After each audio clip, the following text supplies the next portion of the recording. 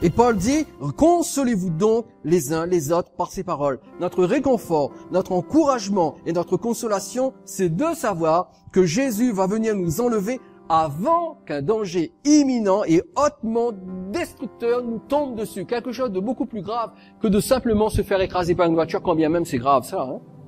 Je suis pas en train de vous dire qu'il faut aller vous faire écraser, d'accord?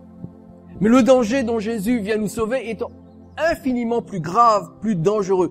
Quel est ce danger duquel le Seigneur vient nous délivrer? 1 Thessaloniciens chapitre 5 verset 9, nous l'avons déjà lu, me semble-t-il. 1 Thessaloniciens 5, 9 dit, car Dieu ne nous a pas destinés à la colère, mais à l'acquisition du salut par notre Seigneur Jésus-Christ. C'est simple. Si l'Église est enlevée, c'est afin d'échapper à la colère qui vient sur le monde. Et ça, c'est une pierre d'achoppement pour de nombreux croyants. Beaucoup de croyants n'ont jamais entendu parler de l'Église.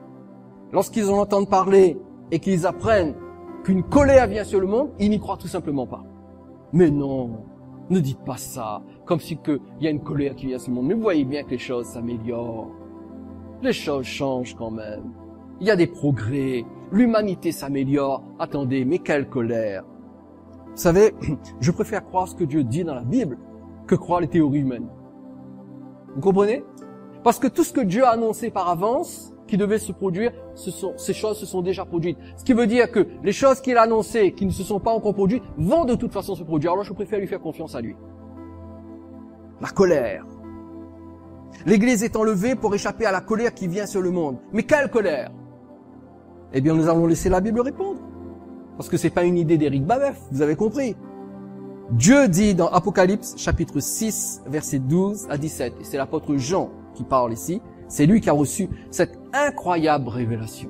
Apocalypse chapitre 6, verset 12, il dit, « Je regardais quand il ouvrit le 6e sceau, et il y eut un grand tremblement de terre. » Notez bien les paroles. « Un grand tremblement de terre.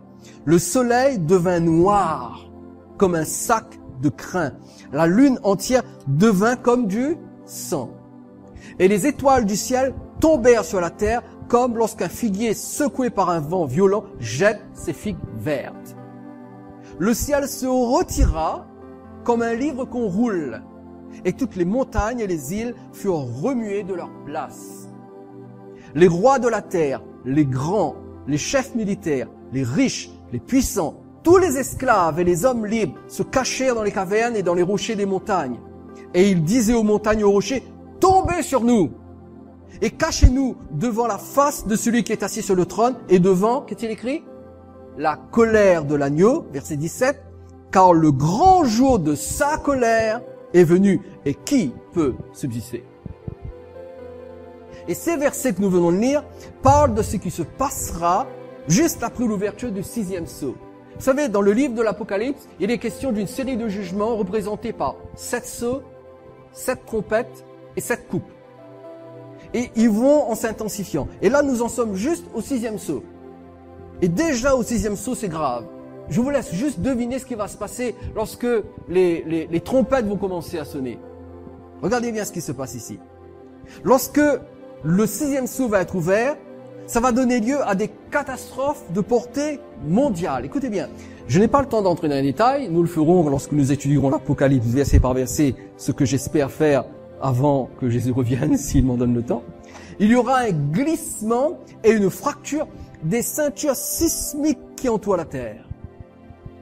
Et cette fracture et ce glissement va produire des éruptions volcaniques comme il n'y en a jamais eu, et toutes ces éruptions volcaniques vont altérer la lumière du soleil et de la lune à tel point que le soleil semblera noir et la lune semblera rouge. Non pas que la lune devient rouge ou le soleil devient noir, mais une éruption volcanique avec des problèmes sismiques qui feront qu'il y aura tellement de choses qui seront projetées dans l'air que la lumière du soleil et la lumière de la lune en seront altérées. Et pour couronner le tout, des météorites tomberont sur la Terre. Je veux dire, moi je ne voudrais pas être là quand ça arrivera. Hein. Je ne sais pas vous, moi je veux vraiment pas être là. Hein. Parce que ça va pas être terrible. Je veux dire, Feelinga, c'est des vacances au Club Med à côté de ce qui va se passer. Et la peur que cela engendrera sera d'une telle ampleur, les gens auront tellement peur que des individus, nous l'avons lu, de toutes les couches de la société chercheront à se cacher la face, la Bible nous dit, dans des cavernes Pourquoi? Parce qu'ils sauront que ce qui est en train de se passer, c'est la colère de l'agneau et le grand jour de sa colère. Ils le savent. Ils vont le savoir. Ils vont savoir que tous ces bouleversements sont dus à la manifestation de la colère de l'agneau. Qui est l'agneau? Jésus, n'ayez pas peur de le dire. Il est parlé ici de la colère de Jésus-Christ. Il est question du jour même de sa colère, le grand jour de sa colère. Vous savez, dans la Bible, on trouve quelquefois les expressions « jour de l'Éternel »,« jour du Seigneur ». Vous avez déjà lu ça? C'est pas une expression positive, hein. Elle est extrêmement négative, cette expression. Chaque fois que vous trouvez dans la Bible « jour de l'Éternel » ou « jour du Seigneur », ça ne veut pas dire que « waouh, on va faire la fête, c'est le jour du Seigneur, waouh, on va tous danser ». Non, non, non, c'est pas ça du tout. Le jour de l'Éternel ou le jour du Seigneur décrit une intervention particulière de Dieu pour juger l'humanité. Et le fait que sa colère soit spécifiée en rapport avec le jour signifie que ce jugement sera particulièrement sévère. Et dans cette période de jugement, Dieu dira au monde, vous avez voulu un monde sans Dieu, eh bien vous l'avez maintenant. Je vous le donne. Vous vouliez un monde sans mon fils, vous l'avez maintenant. Je vous le donne. C'est la colère de mon fils. Il s'agit de la colère de l'agneau. Vous savez, aujourd'hui, il est possible d'expérimenter l'amour, la douceur, la compassion de l'agneau. Mais un jour, l'humanité devra subir la colère de l'agneau. Vaut mieux expérimenter sa compassion tout de suite, parce que si nous refusons sa compassion tout de suite, c'est sa colère que nous goûterons un jour. Et ça, je ne l'invente pas. C'est écrit dans la Bible. Mais la Bible n'est plus enseignée aujourd'hui. Aujourd'hui, on enseigne des théories pour que les gens se sentent bien. Aujourd'hui, on donne des messages pour que les gens viennent à l'église, que les chaises se remplissent et qu'il y ait beaucoup de monde, beaucoup d'ambiance. Mais l'évangile n'est plus prêché. Et je vais vous dire une chose, l'évangile n'est pas politiquement correct. L'évangile dit la vérité. Et l'évangile nous annonce quel est notre problème aujourd'hui et quel pourra être notre problème plus tard. Le problème d'aujourd'hui, c'est le péché, la rébellion contre Dieu. Le problème de plus tard, ce serait de rater l'enlèvement. Parce que je peux vous assurer que ça va craindre. Et le prophète Ésaïe parle de ce grand jour de colère. Regardez avec moi, Ésaïe chapitre 16, versets 6 à 10. Nous n'aimons pas lire ces textes. Nous préférons le psaume 23. L'Éternel est mon berger, je ne manquerai de rien, il me fait reposer dans de verts pâturages. Jésus est le bon berger, il donne sa vie pour ses brebis. Mais je veux vous dire une chose, le berger qui donne sa vie pour ses brebis, aujourd'hui, c'est l'agneau qui va être terriblement en colère un jour. Et qui peut subsister contre la colère de l'agneau? Et le prophète Ésaïe dit dans Ésaïe 13, verset 6, « Gémissez, car le jour de l'Éternel est proche. » Non pas réjouissez-vous, mais gémissez. Le jour de l'Éternel est proche. Pourquoi? Parce que c'est un jour de jugement. Il vient comme un ravage du Tout-Puissant. C'est pourquoi toutes les mains s'affaiblissent et tout cœur d'homme est abattu. Ils sont frappés d'épouvante. Ici, le prophète décrit exactement ce que nous venons de lire dans le livre de l'Apocalypse.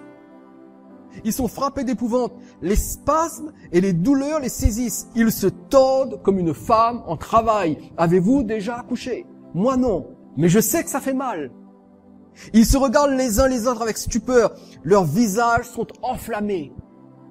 Verset 9. Voici le jour de l'Éternel arrive. Comment est ce jour? Jour cruel. Jour de colère. N'ayez pas peur de le dire. Parce que c'est le jour de Dieu et ça va venir. Jour de colère et d'ardente fureur. Qui réduira la terre en solitude et en exterminera les pécheurs? Car les étoiles des cieux et leurs astres ne feront plus briller leur lumière. Le soleil s'obscurcira dès son lever et la lune ne fera plus luire sa clarté. C'est exactement, avec d'autres mots, mais c'est exactement ce que nous avons lu précédemment dans l'Apocalypse. Écoutez bien ceci. Les théologiens, les pasteurs et les prêtres qui lisent ces textes de façon allégorique et imagée, non seulement se trompent, mais trompent également les croyants en leur donnant l'impression que cela ne va pas se passer. Vous comprenez, c'est une façon allégorique pour Dieu de parler. C'est une image, ça ne va pas arriver, ne vous inquiétez pas. Le bon Dieu aime l'humanité. Tout va bien se passer. C'est faux, tout va très mal se passer. Et nous ne sommes pas ici en présence d'un scénario de film catastrophe hollywoodien pour distraire des spectateurs en mal de sensations fortes. Non. Nous sommes ici en présence de la description de la colère de l'agneau qui viendra frapper le monde un jour. Et je ne connais rien d'autre que la compréhension des temps de la fin pour secouer nos cœurs, pour nous réveiller spirituellement, pour que nous marchions sérieusement avec Dieu.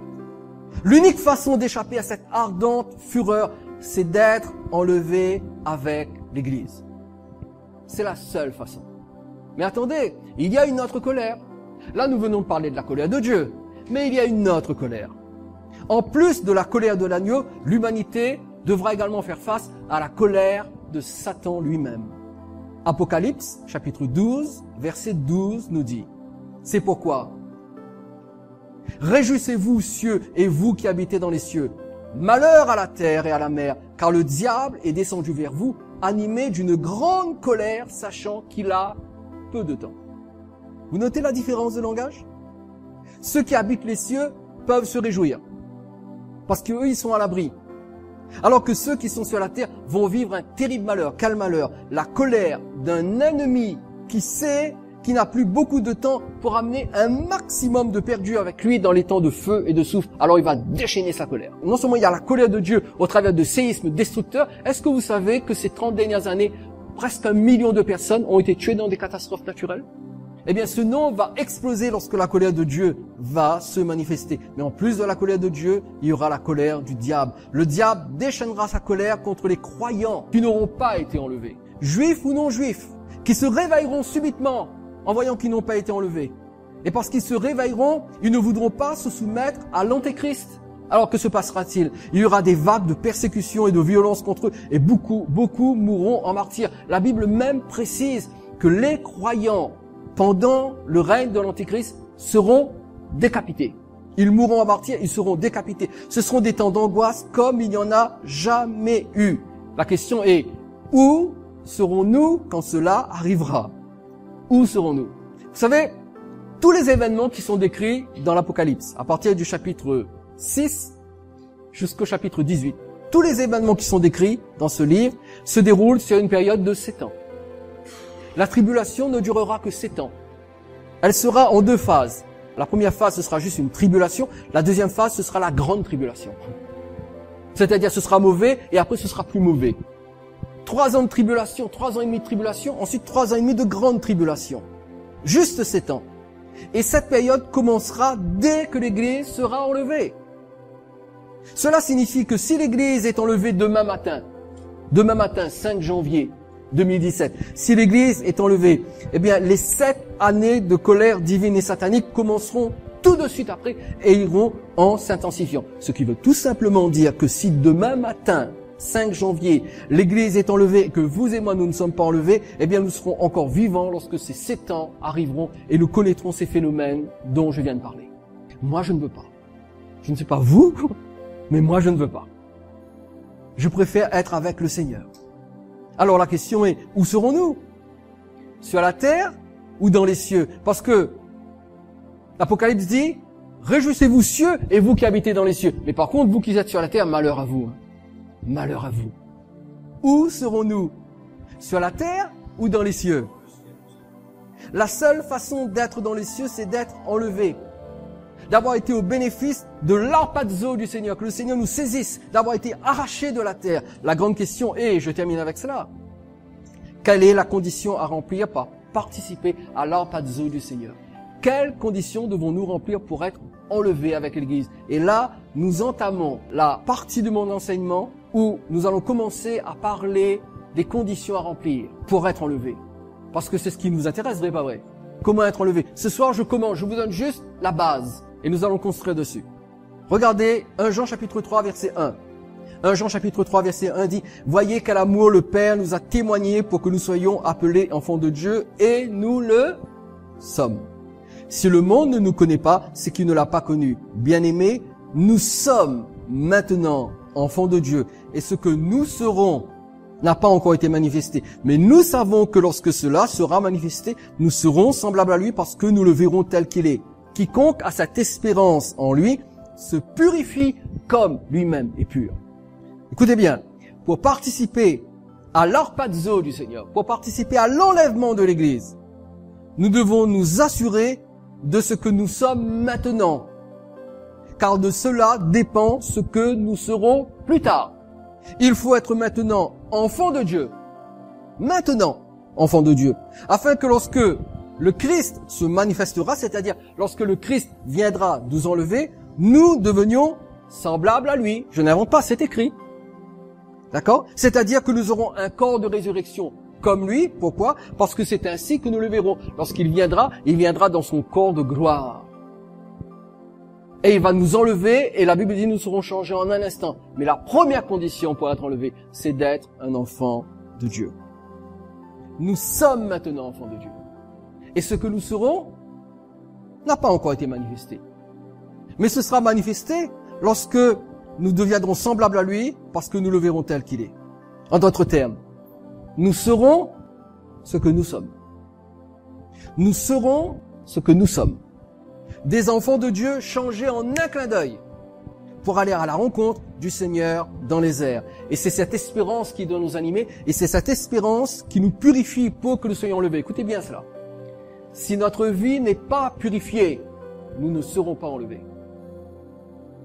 Et je tiens à vous le dire avec force, et s'il y a une chose que vous devez retenir ce soir, c'est celle-ci. Si notre vie n'est pas purifiée, nous ne serons pas enlevés. Et nous avons besoin de cette espérance qui nous purifie pour que nous soyons enlevés. Le dernier verset, l'avant-dernier verset, Hébreux 9, 28 nous dit, Hébreux 9, 28, de même Christ qui s'est offert une seule fois pour porter les péchés de plusieurs, apparaîtra sans péché une seconde fois, qu'est-il écrit? À ceux qui l'attendent pour leur salut. Jésus est apparu et Jésus est mort une seule fois pour nous sauver. Il apparaîtra une seconde fois, mais uniquement pour ceux qui l'attendent pour leur salut. En d'autres termes, comment être enlevé? Premièrement, être un enfant de Dieu. Deuxièmement, attendre que Jésus vienne nous chercher. Jésus, écoutez bien, notez cela. Jésus vient pour ceux qui l'attendent. Pour ceux qui ne l'attendent pas, c'est la colère qui vient. Ma question, elle est toute simple. Est-ce que vous attendez que Jésus vienne vous chercher? Si vous êtes dans un contexte chrétien, un contexte d'église, si vous avez des croyances personnelles qui font que pour vous, c'est inadmissible de croire que l'église soit enlevée parce que quand même là, Éric Babef, vous êtes en train de parler de choses. On n'est plus à la mode de l'enlèvement de l'église. Qui est suffisamment intelligent pour croire ça? Vous savez quoi? Eh bien, vaut mieux la folie de Dieu que l'intelligence humaine. Vaut mieux croire que Dieu, que Jésus va venir nous enlever, plutôt que de croire avec les pseudo-intellectuels et les pseudo-théologiens que tout compte fait l'enlèvement de l'église. C'est pas vrai. Ça va pas arriver. C'est juste quelque chose pour faire peur les croyants. Non, c'est pas pour faire peur les croyants. C'est pour les prévenir que l'enlèvement aura lieu. Et le Seigneur vient enlever son église. Si nous voulons participer à l'enlèvement de l'église, premièrement, nous devons être maintenant enfants de Dieu. Écoutez bien ce que je vais vous dire. Être chrétien ne suffit pas. Jésus ne vient pas enlever les chrétiens. Je le dis encore une fois, Jésus ne vient pas enlever les chrétiens. Jésus vient enlever les enfants de Dieu, c'est-à-dire ses frères et ses sœurs. Le mot chrétien ne veut plus rien dire aujourd'hui. Il y a énormément de chrétiens apostats. Ce qui compte, c'est d'être un enfant de Dieu. Et le dernier verset, Jean 1,12, mais à tous ceux qui l'ont reçu, à ceux qui croient en son nom, il leur a donné le pouvoir de devenir enfants de Dieu. Premièrement, pour devenir un enfant de Dieu, il faut recevoir la personne de Jésus. Pas venir à l'église. Pas adopter les dogmes de l'église. Mais recevoir la personne de Jésus. Deuxièmement, il faut croire en son nom. Cette expression est très intéressante. Il n'est pas dit il faut croire en lui, non, il faut croire en son nom. Pourquoi? Parce que dans le langage biblique, le nom représente tout ce qu'une personne est, tout ce qu'une personne fait, tout ce qu'une personne dit. En d'autres termes, croire au nom de Jésus, cela signifie accepter tout ce que Jésus a fait, tout ce que Jésus dit et tout ce que Jésus va faire. Être soumis à lui. Être un chrétien, ça n'a pas d'importance. Être un évangélique, ça n'a pas d'importance. Être un catholique, ça n'a pas d'importance. Être un réformé, ça n'a pas d'importance. Être un charismatique, ça n'a pas d'importance. Ça n'a absolument aucune importance. Ce qui compte, c'est d'être un enfant de Dieu qui attend que Jésus revienne. Il vient pour ses disciples, il vient pour ses esclaves qui lui ont tout donné. Il vient pour ceux qui se purifient par l'espérance de le rencontrer dans les airs. Il vient pour ceux qui l'attendent et qui croient qu'il va revenir les chercher. C'est pour cela que croire dans l'enlèvement de l'Église fait toute la différence.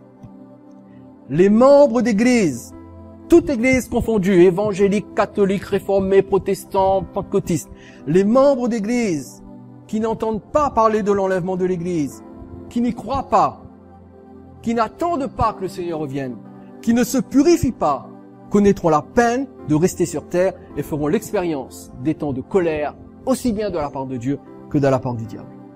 Je prends un petit peu d'avance, mais je vous le dis ce soir, juste pour vous mettre l'eau à la bouche. Savez-vous qu'au moins la moitié des chrétiens ne seront pas enlevés? Je ne l'invente pas, c'est écrit dans la Bible. Ah bon, où ça? Revenez, je vais vous dire ça tout de suite. Au moins la moitié des chrétiens ne seront pas enlevés. Il y aura des millions de chrétiens, des millions de prêtres et de pasteurs qui ne seront pas enlevés. C'est écrit, je vous le montrerai la prochaine fois. Nous pourrions dire éventuellement qu'après l'enlèvement, eh bien les chrétiens qui ont été négligents, et ils se mettront à croire. Peut-être. Mais auront-ils la force nécessaire de persévérer au sein de la souffrance? Parce que c'est au prix de leur vie qu'ils obtiendront le salut de leur âme. Ils devront mourir martyrs, décapités, pour être sûrs d'aller au ciel. En d'autres termes, si aujourd'hui ils ne croient pas quand c'est possible, pourront-ils croire quand cela deviendra extrêmement difficile et qu'il faudra payer de sa vie pour croire? J'en doute fort. La seule vérité sur laquelle nous pouvons nous reposer est que nous serons ce que nous sommes. Nous serons enlevés si nous sommes des enfants de Dieu qui attendent le Seigneur et le Sauveur Jésus-Christ qui viennent les chercher. Regardez bien cette image. Vous avez compris qu'il est question de deux personnes, l'une a été enlevée et l'autre pas. Tous les deux sont assis sur un banc. Qu'y a-t-il au milieu? Une Bible.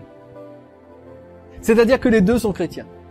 Un est enlevé, l'autre ne l'est pas. Et il est étonné. Il est en train de parler, il est en train de défendre son point de vue, il est en train de défendre son dogme, sa position, sa croyance, et il reste sur son banc avec sa Bible. L'autre est enlevé.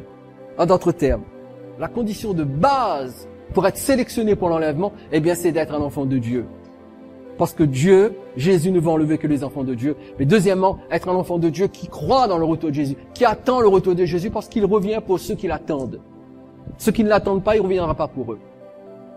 Mais ça, c'est la base. Ensuite, il y a d'autres conditions. Et je vais vous enseigner ces choses. Et je vous rappelle juste que la moitié des chrétiens ne seront pas enlevés. Je voudrais que vous et moi, nous fassions partie de la bonne moitié.